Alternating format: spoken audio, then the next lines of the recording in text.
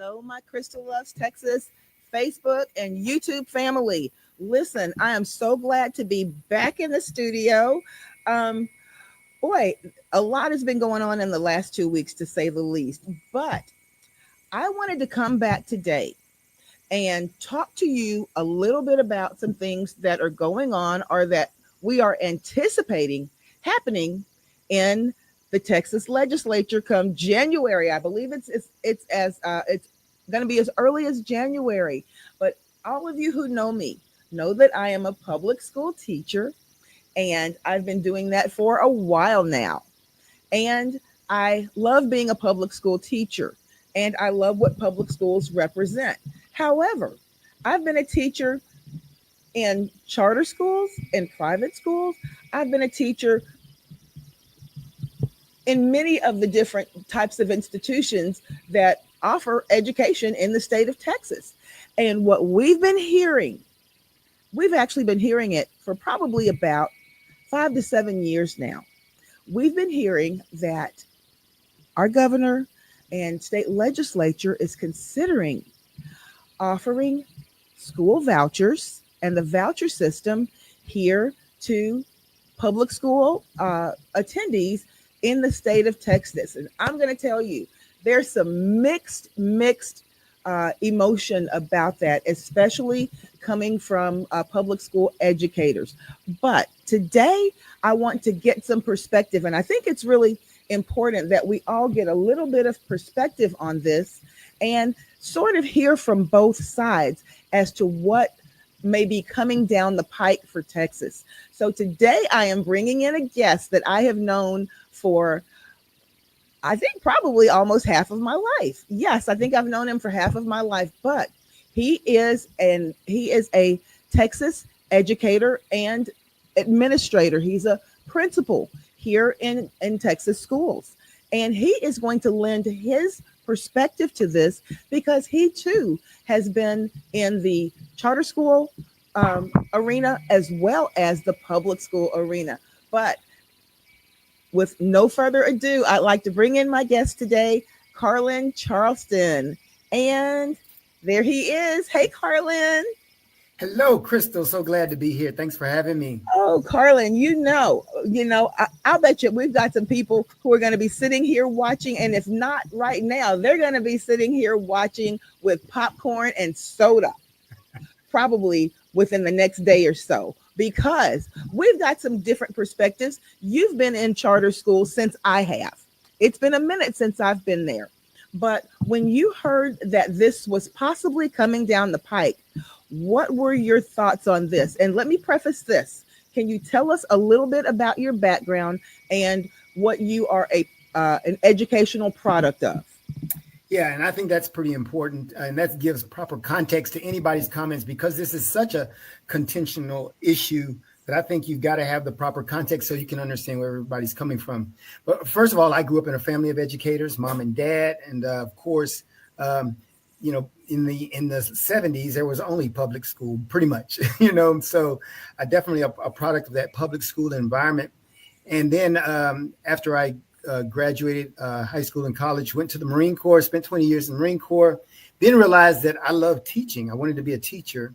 So I came back and went to the public school and began teaching and loved it. Realized, wow, I really loved it and did that for 12 years, got out of that. And then got back into the charter school arena, which is where I am now as a principal at a K-8. And so having that diversity of viewpoints, then I've got a particular, and then you add in the Carlin Charleston, Dwayne Charleston, I just like to argue anyway. And I got a particular viewpoint on all these things, but now with some knowledge of both sides of it. And so, right. So I've definitely got a lot of input on the pros and cons. So any questions you ask, I'll be ready to answer those. But that gives you the context of my background, because one of the things that you'll find as I have this discussion is that I always tell people the answer to most all questions in life are it depends. And so you'll hear a lot of that today when I talk about when you ask simple questions of which one is better. Well, right. It depends on your personal situation. So we'll talk about that. Yes, and I'll jump right in and say this, Carlin, because this is something that, of course, is right now around the teacher workroom and lunchroom, and because people do not have all of the information, all that we can do, and I will say this, the information has not been presented to us yet in its entirety. So I think that when people have all of the information, they can uh, come from a much more informed perspective. But let me tell you what so many teachers are feeling right now, and probably a lot of people who may not be in education. This is what I hear. I hear that you know some of my school parents say this is going to be a great thing. These vouchers are going to be great because we get to send our kids to private school, and we get to choose where we send them, and our kids are going to have as great of an education as some of the kids in the more elite schools in the city or in our area. And here is the here is the reality from my perspective. I can only share my perspective. From my perspective, Carlin, Mm-hmm. let's say that vouchers, and I'm just giving a hypothetical here. Let's say that vouchers per student are, let's say, capped at $10,000 per student. Okay, Mm-hmm. for a student to be able to go to a school of their choice. However, a private school, I'm a product of a private school. Okay, I also went to my early education in public school, but a private school in this day and time, with the climate of the economy and education, you may have a private school that is easily $25,000 a year, some higher. Okay, and if I've got a $10,000 voucher, and I am a parent who is working a job, it may pay $35,000 a year, and our combined household salary may be 45 to $50,000 a year, and we've got three kids. Okay, where am I going to make up that additional $15,000 per child to send those kids to private school? Or is this something that was already known when these vouchers were introduced, that in reality children from disadvantaged families were not going to be able to make up that difference? What is some of the information that you've heard? Yeah, so that's definitely one of the downsides of the voucher program. So you got the pros and cons, and that is that economically, if your reason that you have not gone to a private school or an alternative school is economics, vouchers is probably not the answer, because you're comparing a voucher program that will give you a portion of your tuition to an ISD, which is no tuition. That's right. And so I'm still going to end up in the same situation. And so that's where I always say that that's the fallacy of alternatives, and Right. that is that it has to be either this or that. So there are other alternatives, and that's why I like my option, which is like the charter school, Right. because a charter school, a couple of things. First of all, a charter school, different than a private school. A private school is where it is, and most private schools, because of their potential for the type of education they're giving, are located in places where they can be properly funded. That means in communities where people can afford them. Whereas charter schools, such as the one that I'm in now, I mean, we're located right in the middle of an economic area where people cannot afford private Absolutely. schools or schools that would require tuition. And Right. so we are, in fact, a public charter. And I think people need to understand there is such a thing. So you can have a public school that is a charter school that requires no tuition. Okay. And so those are very viable options then for people who are economically disadvantaged. And so that's what people have to understand. There's a spectrum of alternatives, and they've got to decide what they're aiming for, what they want, because there's so many there's differences in curriculums that schools have and things like that. They're being offered because of these charter schools. And so those are things that are not necessarily part of the voucher system, because you don't have to have the vouchers for those options right now. Okay, well, let me ask you this, and this is something also that is definitely a concern to some people, especially a lot of public school educators. the money for the vouchers has got to come from somewhere. Mhm. So, with there already being a lack of funding in for public schools now, where is this, money? It's not going to just come out of the sky. That money for the vouchers is going to come from, has to come from somewhere, and that is inevitably being pulled from taxpayer dollars for public schools that's already stretched so thin. I know that here in the Houston area, we have had, with a larger school district in the Houston area, we've had the at the beginning of this school year, so many of the bus routes for the students had to be eliminated because of lack of funding. And just as the price of things go up, and the school funding does not go up, and in many cases it's gone down, you're wondering, where is this coming from? Is the wool being pulled over the taxpayers' eyes? What does the public need to know about this? Now you're sitting in the perspective, and I will put this disclaimer out there. I have taught in charter schools before, and I do believe that there is a place for charters, because I have seen charters come in and fill in the gap of offering services in some instances to students who really were at the end of their rope in an ISD system.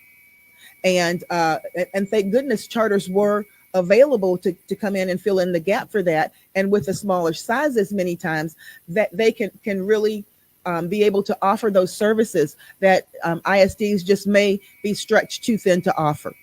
But doesn't that come expressly from taxpayer dollars? And are charter schools getting our taxpayer dollars? You kind of break that down for us. And so that's the issue that people have with the voucher program. So you've got private schools. Right. You've got people going to private schools, and they go to private schools because they can afford private schools. Right. You've got charter schools, and public charter schools operate on the same basis as ISDs. That is, the money follows the student. And so if I've got a student over here, then I get a certain amount of funding based on the number of students, which is the way ISDs are funded. Okay. So they're all funded that way.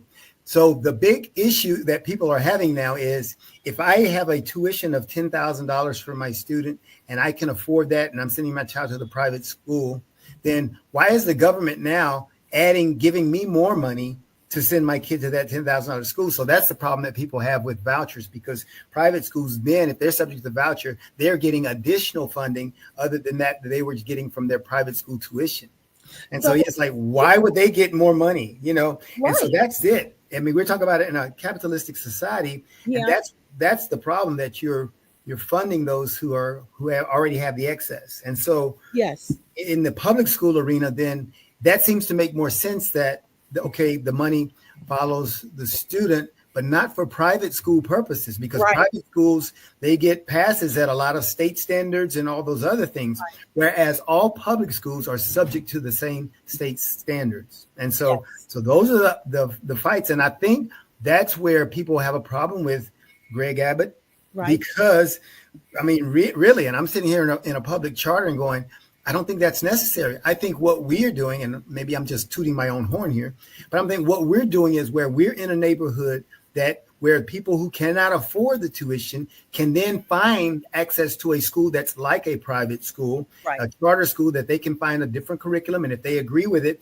they can send their child there, and it costs them nothing. And that seems to me to be a better option than saying, let's fund those who are already funded. I don't think that's a good idea. Well, and you know what? And you correct me if I'm wrong. Although you are a public charter school, and there are, yes, you're a public charter school. Are there charter schools that are not public? Yes. Okay. So yes, you got private charters and you have public charters. So the charter part is where I decide I want to have a school that has a curriculum where we play tiddlywinks and we become tiddlywinks experts. And that's just making a statement. So that is because we can create a nuanced curriculum for our school, and we get that. And, we can be private. We wanted to be a private school that does that, and we can do that. Now, that means they're free of a lot of the standards of the state and things like that. So that's why they would do that, because they decided they wanted to have a certain type of school. And so that's the difference. Now, when you become a public charter, now you're subject to the same standards as the publicly funded schools, such as regular school, ISD. Okay. Well, here's the thing. When you start taking away a lot of people feel that there is a push here in the state of Texas to privatize education, period. Okay. A lot of people feel that there is a push to do that. And I know this, you are from a small rural town. Although it's a college town, it is definitely a small rural town. And a lot of people are of the idea that if education is privatized and we start going to this voucher system or allowing charter schools to come in, private charter schools or public charter schools, if they're, let's say hypothetically private charter schools want to come in and fill that gap in these small Friday night lights towns. Okay. And you have now a private charter school is and this is how I explained it, and you correct me if I'm wrong. It can be very much like for lack of a better comparison, a Valero corner store. A Valero corner store only has to answer to the shareholders of Valero. Okay. They can decide if they want to sell Bluebell ice cream or if they only want to sell Ben and Jerry's ice cream. They can decide if they want to open up on Sundays or if they want to close on Sundays. They can decide that after 9:00 p.m. we're going to close and we're not going to sell gasoline, gas anymore, or we're not going to sell alcohol, or we will, they make the rules. Mm-hmm. A private charter school is very much like that, in that they can decide exactly what their curriculum is going to be. They can decide if they want to have football. They can decide if they want to have prayer in schools. All the different types of nuances that would go into something being privately owned, whereby before it was a public entity. When you have that type of stronghold on any industry, an education industry especially, that becomes a very, very slippery slope. And is that where we want to go with education now? I know that there was because I'm a history teacher, I know that there was a time in our American history where anyone who went to school, period, had to be a wealthier person. There was no public school system.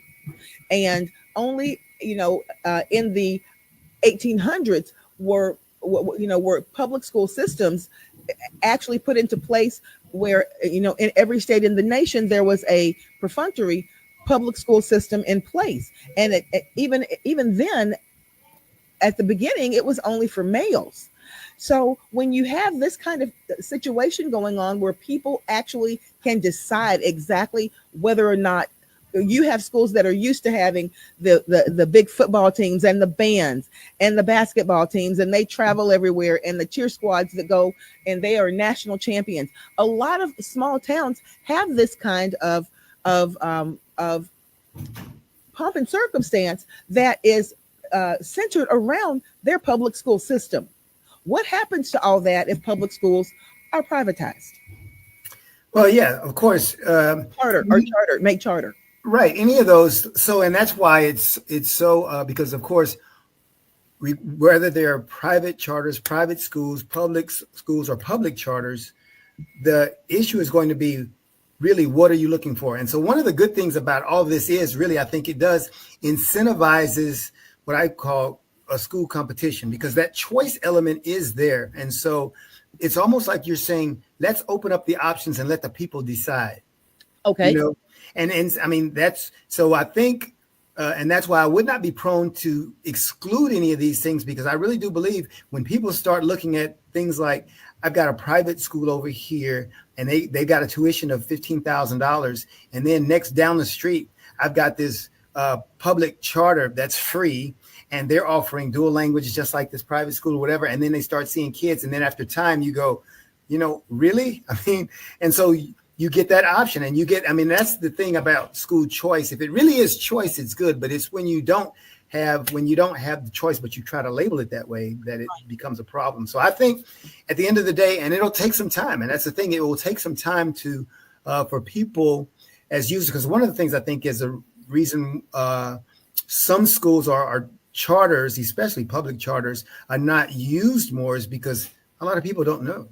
They don't know that you actually have an option that can be like private school, but cost you no extra money. Because we have this problem with some of our parents here, and I walk the community, and a mile away, and I say, yeah, we're a school right up the street, and they're not aware of it. So I think there's got to be things like you're doing right now, Kim, because you're doing a service right here where you're educating people on the options out there, because people don't know, and they hear the fighting that goes on between the legislature and citizens and schools, and all they know is, no, voucher is good, voucher is bad, but and they don't know what people are saying, what the arguments are.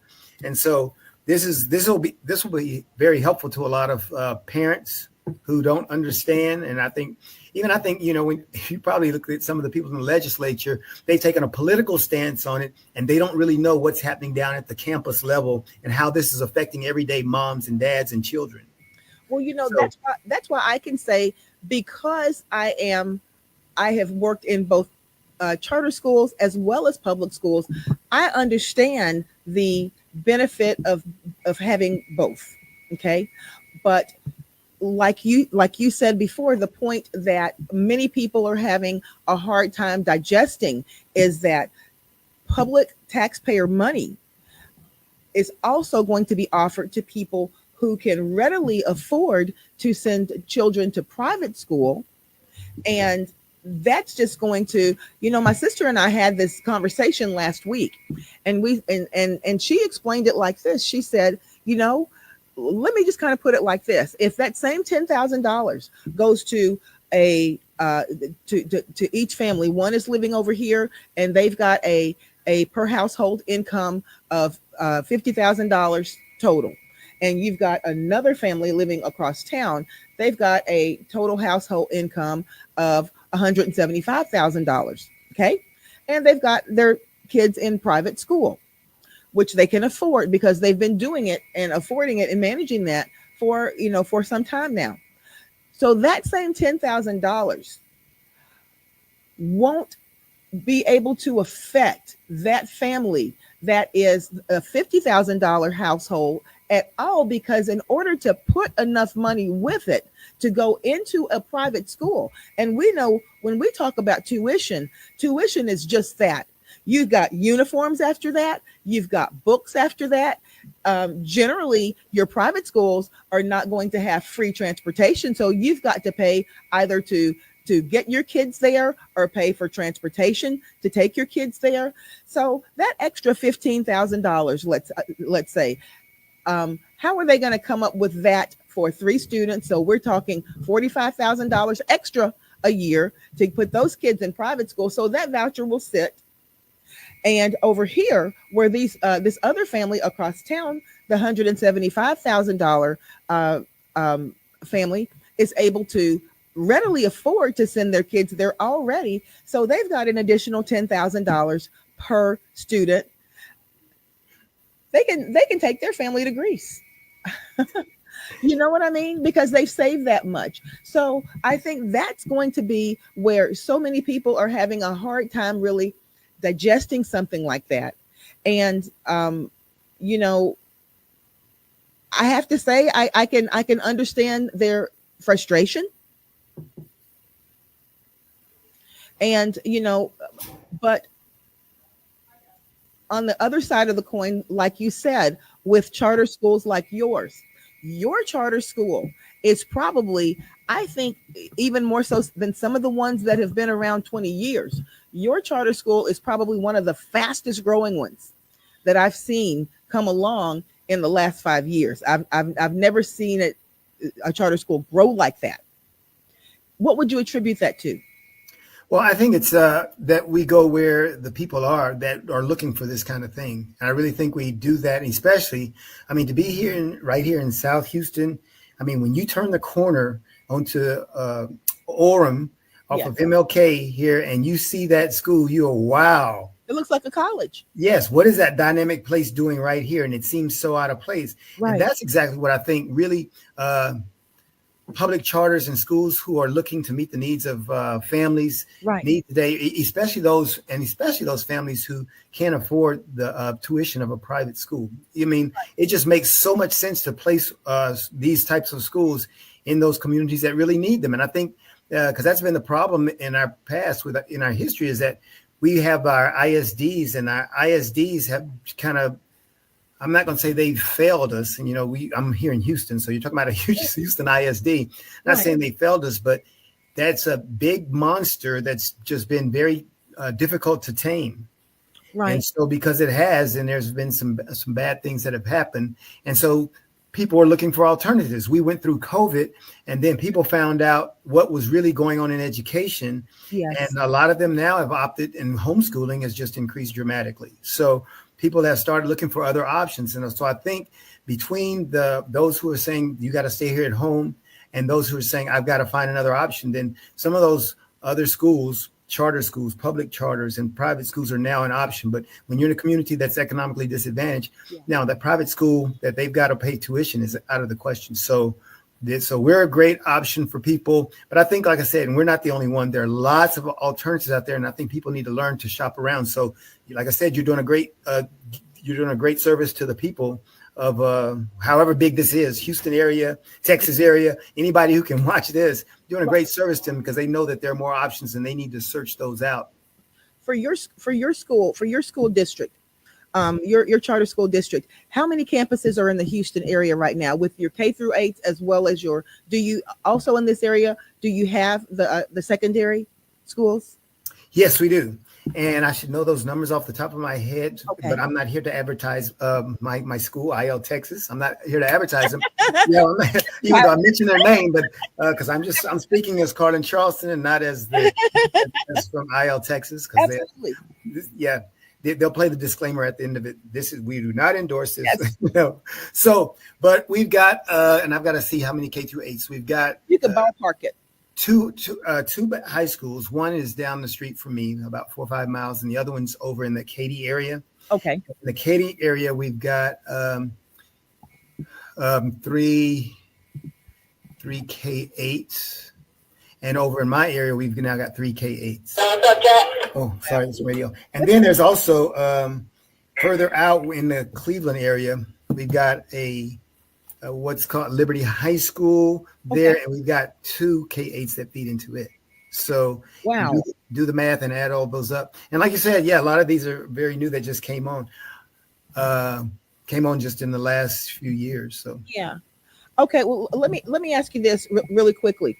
With your with the public charter concept, where we run into our challenges in public schools, is that now if we could I don't want to say eliminate, but if we could not have the behavior disruptions in the classroom, I think just the behavior disruptions, your public schools many times would absolutely flourish. But behavior disruptions are part of life, not just in the classroom, but just part of life in the public sector. Okay. Be it schools or anywhere else. So how do you all deal with that when you are a public charter school? Do you have to take all students? Are you selective with your students? We basically must take all students until they present a situation whereby it's a danger to themselves or other students or the staff. But how do charter schools make those determinations? Yes, so that's one of the things. I think that's one of the advantages of charter schools is that they do not have the same acceptance standards. They do not have to adhere to the same acceptance standards of an ISD. An ISD, by virtue of their structure, then, for instance, if a student is caught vaping at school in an ISD, then that ISD can retain that student and send them to an alternative school. Okay. Uh, for our purposes as a charter, because we do not have an alternative school, we are able to expel that student, and that student then is remanded to the ISD, their local ISD. Wow. Yeah. So that Okay. means we can clean house much more easily than an ISD. Okay. But And that's not necessarily the objective. The objective is to right, be able to meet the needs of the right, student. right. And that's the thing. And so because and here's the thing. So because you have those, but then if you understand the structure, then what TEA did last year, they changed the requirement for, like, if a student, because vaping became a very big problem. So TEA then said that they cannot remain in their original placement if they are caught with a vape. Huh. Okay. So what that meant for us was we don't have any other placement other than here. Right. So whereas in those other schools, other districts, they would have an alternative education facility, and that's where that student might go for a month or 2 months, and then they come back to the ISD. Right. Since we don't have that, then ours are expelled. So yeah, so I say that it allows us to clean house a little more easily, but it also means that students have to be very careful here at our school, Yes. because you make one, you only can get that one mistake and you're gone. Whereas in the ISD, yeah, I'm gone, but I can come back after I serve my time. I can come back. So that's a consideration which I think helps in our discipline from the outset, because we let them know that up front, and they understand that there are just times in life when you only get one mistake, or you don't get any mistakes, and you have a consequence. Is there a such thing? I've always wanted to know this. Is there? I remember when I was teaching in charter schools, it was almost the opposite of what you just said, and this was 10 plus years ago. But many of the kids who were expelled from an ISD ended up at our charter school, because and I don't know how that happens, but we took many of the kids who if they did not come to our charter school, they were having to go to the county placement facility, which a lot of times the parents did not want that as as an alternative, and they ended up with us. So yes, they knew at that point that it was the end of the road. If they if they stepped right and they were supposed to step left, then we could kick them out of there. But is there an alternative for students after they have gone to yours? Let's say that they cannot. Do you accept students who have been expelled from ISDs? No. No, What? and that becomes a function of that thing that we call the charter, because the charter can identify the students that they will not accept, and so discipline happens to be one of ours. If there's a certain level of discipline, then we are free to reject. And our standard is expulsion. If a student, we don't take students who were expelled. Now there are students who might have some conduct or discipline, but if they were expelled, then we use that as the basis for us to reject an applicant. Are there schools that serve students who have come to the end of the road, or are they just remanded to the county schools at that point? Normally, they're remanded to the local their ISD. That would be in the area that would service them, and that's the thing, because ISDs know that they have no option to say no. Wow. So they have to accept them, and they call it expelled to the streets. I mean, it's a term that they use, and the legalism is that they're to the streets, which means they have to go back to their ISD. Oh, okay. I was gonna say you don't mean that. No, literally. it means that they're back to their ISD. Okay. And if a student has been deemed dangerous to be in that ISD or to be around other students or staff members, what is the end of the road for public school students? I guess that's what I'm trying to ask you. So public school students, first of all, and this is of course new legislation because of school shootings and things that have been happening. So for that purpose, then they're now, and their students of all ages now are being prosecuted for some felonies are easier for those youngsters to get. And so the local law enforcement then gets involved, and those students end up being remanded to juvenile detention or facilities like that as young as 10, 11, 12 years old. So that's what happens with them. Okay. So I just want to make sure that we're going to reel this in and really have a good, uh, I want to leave our viewers with a really good idea of what is coming down the road and what these vouchers actually mean. Because that, if you, I believe the information that Kim sent us in the state of Arizona, I believe there was a lotto for the vouchers. So every person did not get, every public school student did not get vouchers. I think there were 50,000 vouchers to go around. And we've got how many more kids than that in the city of Houston? You know what I mean? So, Mhm. do you believe that vouchers are a fair way of leveling the playing field? Well, that's the thing, though, and like I said, because if you've got it, and because how much is my voucher worth? Is my voucher going to give me 80, 90%? And do I have the other 20 or 10%? Yeah. If I don't, it's you're wasting the time. And so what are we going to do? What are we going to do with these excess vouchers? What are we going to do when these vouchers are returned? What are we going to do when these vouchers are not used? Yeah. What's going to happen? Because I have no doubt that if those families, if those students were able to enter into a school requiring vouchers, a public or a private program, Right. then it's going to be beneficial for them. But I mean, if they're not used, then what good is that going to do? So vouchers, like I said, it all depends on, do you have, because I think what you're doing, and this is probably the people who argue against vouchers, this is their argument, is that you're talking about people who already have the funding. The rich get richer because they already had it, and they can now get a voucher to support them. They can afford an extra car, much bigger house, and all this, Nice vacation. Yeah. which is beyond the educational purpose of the That's right. voucher. The voucher is supposed to be for education. So I think that's the problem with the vouchers. Right. Right. And this is coming, guys, this is coming from a Texas principal's mouth. If you could just state for the record, from your own perspective, where could that money for education possibly be better spent?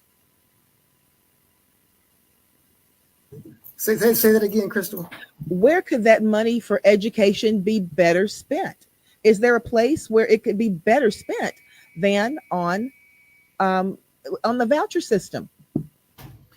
Well, and I think that's one of the things that our founder seized upon here, is that he realized that if that money is actually following the students, then and that's why I think, and I have to ask him, because this was 12 Yeah. years ago now that he did this, and ask it. Matter of fact, our birthday is November 15th. Okay. Oh, yeah. So, but I have to ask him that, because one of the things I noticed that he did was he put he put some campuses in remote and economically disadvantaged communities, Okay. and made that available for them, because and the thing about, when you think about the taxes how our taxpayer funds are used, that's a better deal, because that's money that's already being given to education, Right. and the school itself is not trying to get more funding other than that goes with the student to an ISD. So this is normally funded. It's going to follow the school students in ISD wherever they go. So I think a public charter such as we are is just an extension of the ISD. We just have we have some more rules, but we're an extension of the ISD, and the money is spread for students to get their education at that place, and nothing is needed from the parents or anything else. So I think I would say that's the best solution. However, I would say that maybe there are some voucher programs, maybe that mirror that, or at least can accomplish that. So I haven't seen them, but maybe there would be one. Well, for your just for a last word, let me ask you this, Carlin.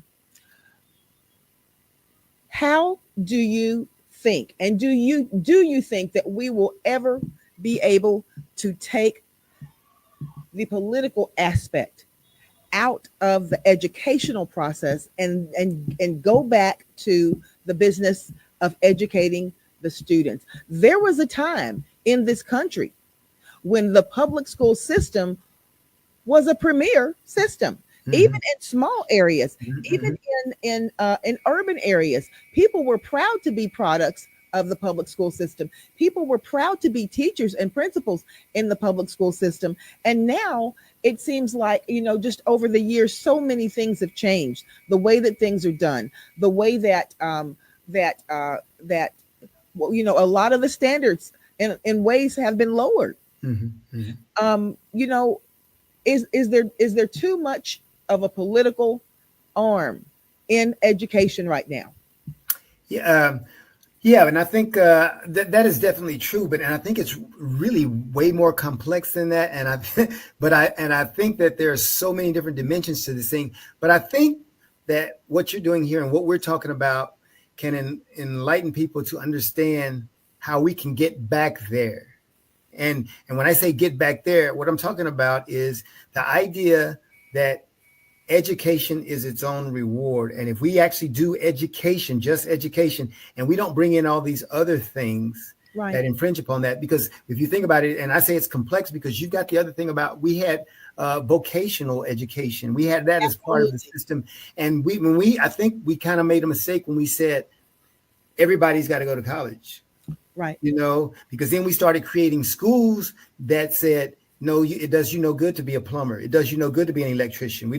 No, we actually need those things, and that should be part of our educational system. And so these public charters and these other charter schools said, well, if they're taking it out, we got to get that somewhere. Let's create a school that does that stuff. And so you got schools with all these things, with some of these vocational things that they took out. So we're trying to get back there. And so I think with this opportunity for people to select, and as parents get educated, as educators get more educated on, maybe it's okay for your child to want to be a plumber, to be an electrician. That can be okay. We need those. They're making as much money as people coming out. So we need those. And that's what I think. So this might be a way to get back, because if you have people now creating schools that cater to that need that we have, which we hope will happen. I haven't seen that happening large scale, but we still need those. And so you got more vocational technical schools happening out there now. And when we start seeing the big picture of how important those things are, then maybe our schools will get back there and realize that, hey, this is what we came from. We were actually have a school was very simple, and everybody was able to use their gifts, and the school supported them in their gifts. Should voters directly be able to vote on that voucher system, or should it be something remanded to the legislature? Oh, I think it's got to be voters. I mean, it's got to be the people. It's got to, because the people are telling you that, and because at the end of the day, the people are going to answer anyway. I mean, they're going to give you the answer, because that's like the same thing that happened with COVID. The people answered and said, now that I know what's going on, I'll educate my kids. And some of those probably won't ever go back to public schools. And so homeschooling has become a big deal. And so you've got a lot of that happening, in addition to the public charters and the private charters. Homeschooling is probably at an all-time high as well. So, yes. But I think we should let the people make that decision. And I think if we continue to create great alternatives, yes, and we want to create options, and let the people decide, they're going to cast their vote with their money or with their decisions on schooling anyway. And what last question would you have your parents who are at your school, the parents at your school, and the parents who vote at my school? What should we be demanding of our legislators? So many times our legislators, here within the last 10, 15 years or so, so many times their ideas and votes can be bought, and they're not really serving their constituents like they should.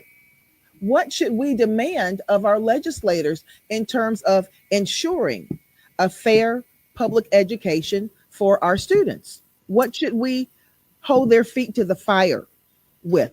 And that's tough, because you made the statement, and that's what we got to do. We should be asking our legislators, which is almost impossible. Sounds like a contradiction, to depoliticize education. Yes. Depoliticize it, because that has been the driving force in all of this, is that, why are you doing this thing? I mean, and because when you start looking at whether, is it nepotism? What are all these things that are allowing us to say, let's give the money to those who have the money and things like that? We've got to make sure that's not part of the process, and that we're back to basically the fundamentals of education and ensuring that every student has an opportunity people might reject it, but you want to provide them the opportunity, and there's no reason for them to say. And so that means that we properly fund, that we make sure our ISDs are not lacking, that they don't lose any funding that they should get, of course. And so we're talking about if they're able to get this much per student, that's exactly what they get. And they're not being cut out because we decided we wanted to give it to somebody who doesn't need it, such as a private school. We started funding private schools. That's kind of crazy. And people will say, well, yeah, but if they go to that school and they should, the money should follow them. Not if the parent has said, no, I'm willing to pay this tuition. We should get back to the idea that it should cost parents nothing, because America believes that we will educate your child. But if you choose something else, then you can pay for that. That's fine. That's right. If you choose something, you can pay for that. But let's not mix the two things. And so they got to depoliticize that so it's not political. And I really think that Abbott he did not have to make it that political, and I think he's made it that way, and that's where we are. Let's be clear. He's not the only one. That seems to be the direction that a lot of states are going in. But we are about 2 minutes, and we're going to have to go ahead and say goodbye. But one thing I want to say is this, and I want people to be very aware of this. I said this last week on the podcast. We don't want to go back to a situation where you have an uneducated mass of people, because that's what monarchies and oligarchies thrive on, uneducated masses. And the more educated your people are, the more they're going to question their circumstances and situations. And it seems like in many ways we may be different contingencies may be trying to roll the clock back, but we've got to watch them. We've got to be the gatekeepers of what they're doing with our educational dollars and with education, period. But Principal Carlin Charleston, I want to thank you so much for coming on and sharing your perspective. I knew you would have a great perspective because, like I said, you too have seen, you are the product of public schools. Now you are in a charter situation, and you've seen the benefit of both. Yes. Hey, thanks for having me, Crystal. Outstanding. Great. And like I said, you're doing a great service because most people don't know a lot of this. And I think that's what we need. We need an educated populace, just like you were saying. Thank you so much. And, we may be calling you again. It won't be on short notice the next time, but, you were able to chime in and help us out so much when we talked about the school shootings and what can be done possibly to help to avert some of that in the future. But thank you so much again. And as we say on my Crystal Loves Texas podcast, we can do it. See you later.